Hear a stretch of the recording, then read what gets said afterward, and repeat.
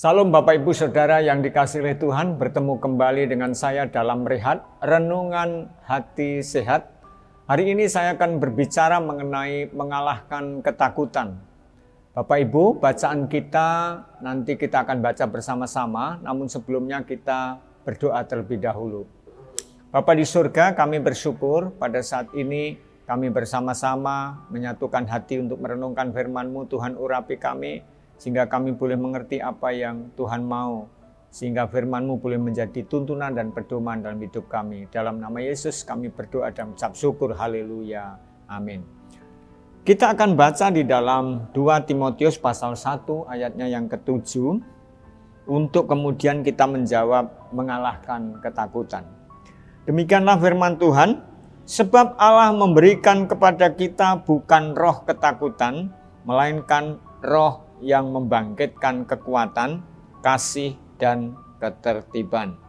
Bapak Ibu, Saudara yang dikasihi oleh Tuhan, kalau kita baca dalam perikop ini ditulis oleh Rasul Paulus kepada Timotius, dan Timotius itu adalah anak didik Paulus.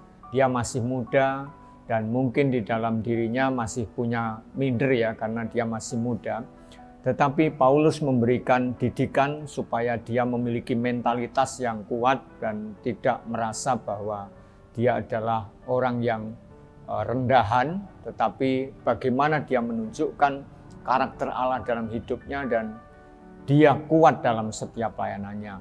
Tidak perlu takut lagi karena dia memiliki Tuhan. Memang kalau kita berbicara mengenai ketakutan, apa sih itu ketakutan? Ketakutan adalah perasaan yang ada di dalam diri setiap orang oleh karena pengaruh sesuatu. Dan sesuatu itu bisa dunia.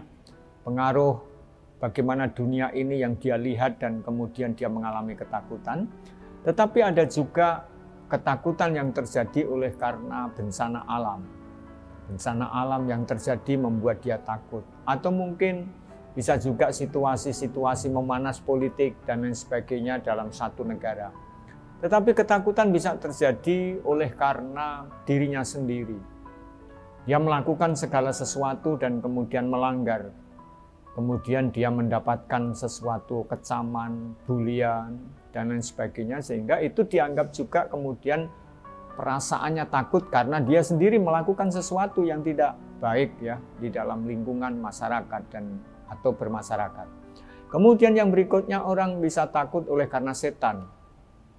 Dia menganggap bahwa setan lebih besar daripada dirinya, dia menganggap bahwa setan itu bisa mempengaruhi dirinya, dia menganggap bahwa setan itu lebih berkuasa daripada Tuhan, bisa jadi sehingga dia takut. Oleh karena itu pertanyaannya kepada kita hari ini, siapa sesungguhnya yang mempengaruhi hidupmu? Siapa sesungguhnya yang mempengaruhi perasaanmu dan pikiranmu? Itu menjadi penting. Hari ini Tuhan berbicara kepada kita melalui Rasul Paulus, yang kemudian surat ini tujukan kepada Timotius, supaya Timotius sendiri memiliki kuat, keberanian di dalam Tuhan.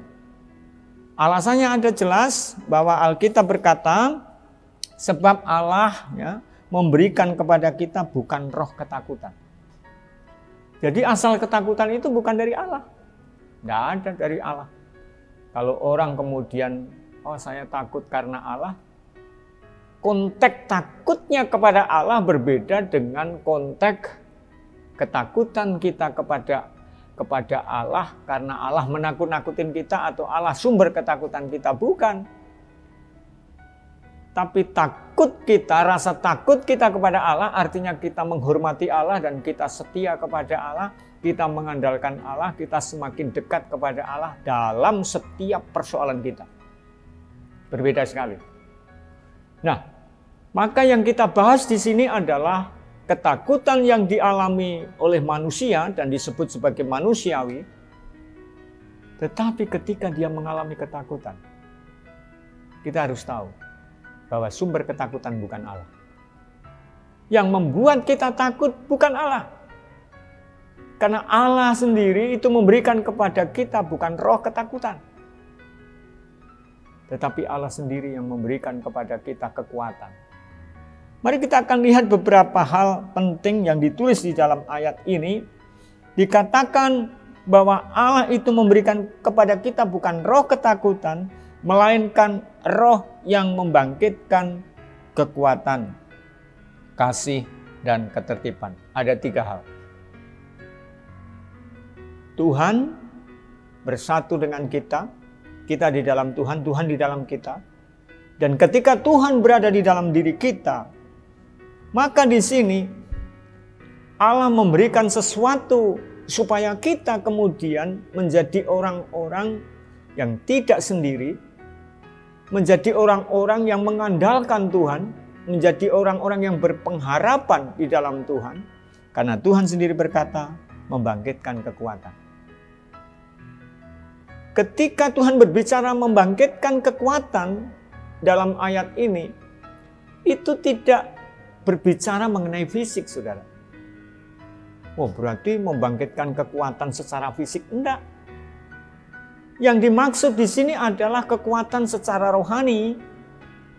Ketika Tuhan berada dalam diri kita, maka rohani kita dikuatkan untuk menghadapi situasi yang saya katakan di atas tadi. Situasi dunia, situasi perpolitikan yang memanas di suatu negara, situasi yang menakutkan karena bencana alam, situasi oleh karena kita berpikir masa depan kita jangan dan lain sebagainya, dan situasi oleh karena setan.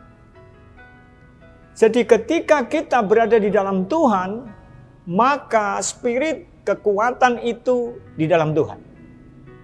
Coba lihat tokoh-tokoh dalam Alkitab, siapa yang mengandalkan Tuhan. Ketika Israel diserang oleh Filistin, semua mengalami ketakutan. Tapi ada satu pribadi yang namanya Daud dipilih oleh Tuhan. Sehingga ketika dia menghadapi Filistin, sang raksasa itu yang menakutkan bangsa itu, tetapi Daud di dalam Tuhan, dia yakin. Maka ketika dia ditantang, Daud berkata begini, engkau mendatangi aku dengan pedang dan tombak, tetapi aku datang atas nama Tuhan. Jadi ketika Daud bersama dengan Tuhan, di dalam dirinya kekuatan itu dari Tuhan, saudara, itulah yang kemudian dia berani menghadapi situasi dan kondisi. Maka pertanyaannya, siapakah engkau? Mungkin tubuhmu lemah, mungkin kau sedang sakit, mungkin kau tidak berdaya, engkau terbaring di tempat tidur, engkau terbaring di rumah sakit.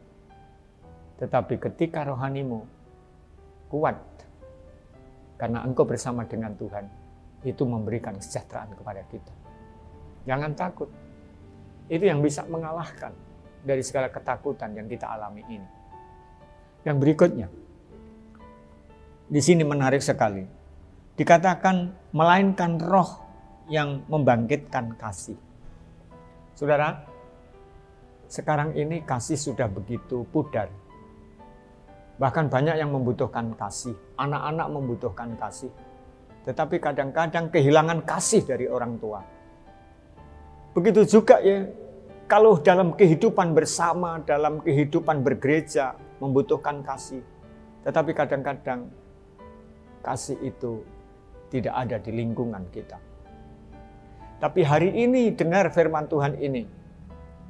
Ketika kita di dalam Tuhan, maka kasih Tuhan itu mengalir dan tidak mungkin kita tidak melakukan kasih kepada sesama kita.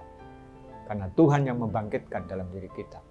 Tuhan menjadi sumber kasih itu, kasih tanpa pamrih itu untuk terus mendorong kita menerapkan kehidupan kita kepada sesama. Saudaraku, ketika hari ini engkau kehilangan kasih dari sesamamu, engkau kehilangan kasih dari sahabatmu, engkau kehilangan kasih mungkin dari orang tuamu, bahkan orang-orang yang dekat dengan engkau tidak peduli lagi dengan engkau. Tapi ada satu pribadi, Tuhan, yang mengasihimu. Dia memberikan kekuatan kasih itu kepadamu. Dia begitu dekat dengan kita. Maka jangan takut. Hidupmu ada di dalam Tuhan. Yang ketiga, kita lihat di sini. Melainkan roh yang membangkitkan selain kekuatan, kasih, dikatakan dan ketertiban. Yang ketiga adalah ketertiban. Tuhan senang dengan hal yang tertib. Tuhan senang dengan hal-hal yang tersusun dengan rapi. Saudara yang dikasihi Tuhan, bagaimana hidup kita? Apakah kita menjadi orang-orang yang tertib? Contoh gampang nih, kita ibadah misalkan, jam berapa kita akan mulai? Apakah kita tertib dengan ibadah kita? Oke, mungkin bukan jam ibadah, tapi ketika firman disampaikan, apakah kita tertib untuk mendengar firman Tuhan dan tidak main HP ketika kita berada dalam persekutuan dan ibadah? Apakah kita tertib ketika kita dipercaya oleh Tuhan melalui sebuah kantor perusahaan di mana kita bekerja? Apakah kita tertib? Apakah kita menggunakan waktu seenaknya saja?